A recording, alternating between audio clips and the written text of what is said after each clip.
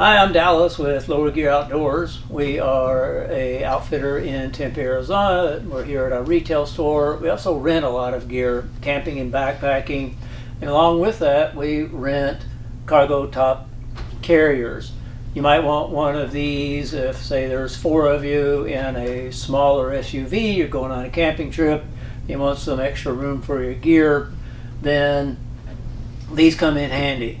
There is one prerequisite for this. You must have crossbars, and that's going to be something like this. A lot of cars come already with the side rails that run this way. These, you need the crossbars that go in between the side rails. We've got 2 different styles here. This is the clamp that holds this onto the crossbar, the so-called arrow bars that will fit over those. And what we have for this little setup are the square bars. And we want to show you how easy this is to work. The whole thing is about 6.5 feet long and about 3 feet wide. It weighs 40-some pounds. So when you're putting it up on top of your car, you are going to want a second person just to keep from scratching this or the top of your car. But it is quite light for 2 people to set up on top. So let's just pretend that these 2 crossbars are on your car already. There's going to be 4 of these with the cargo top carrier, and these are going to end up clamping onto this 4 times. Makes it very secure. Here's an example of one that's already in, and so it's easy to tighten, but this is important. So you're going to see I'm going to put quite a bit of exertion on this, and you want to keep tightening it until you hear that click. And then once you've done that for every one, as long as the crossbars stay on there, the cargo top carrier isn't going anywhere. A consideration for your vehicle is the distance between the crossbars.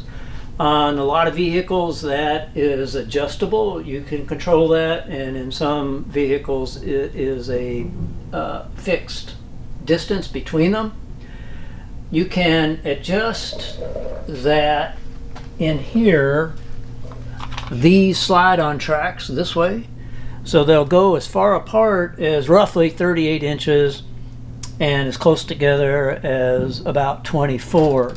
You may also want to adjust that some so that the back of this doesn't overhang too far in the back. If you have a hatchback, so you want to be able to lift the back of your SUV tailgate, then you may want this pushed further forward. Once the carrier is on top of your vehicle and safely secured to the crossbars, you're ready to load it up. To open it, which you can do from either side, the driver or the passenger side, you're going to squeeze it here, and then with a little force open it up this way.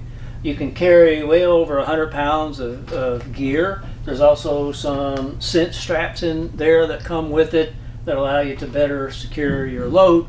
Once you have everything in there, you want to make sure that it closes securely, and you will hear it click again. And then unlock it, pull it out, and don't lose this. Once it's up there and you're on your trip, just a couple common sense things. One is to don't forget how tall you are now. This is an additional 18 inches or so that you're not used to dealing with. So it is, you want to stay out of your garage at home, any kind of public parking garage, any kind of car wash, anything like that on your trip.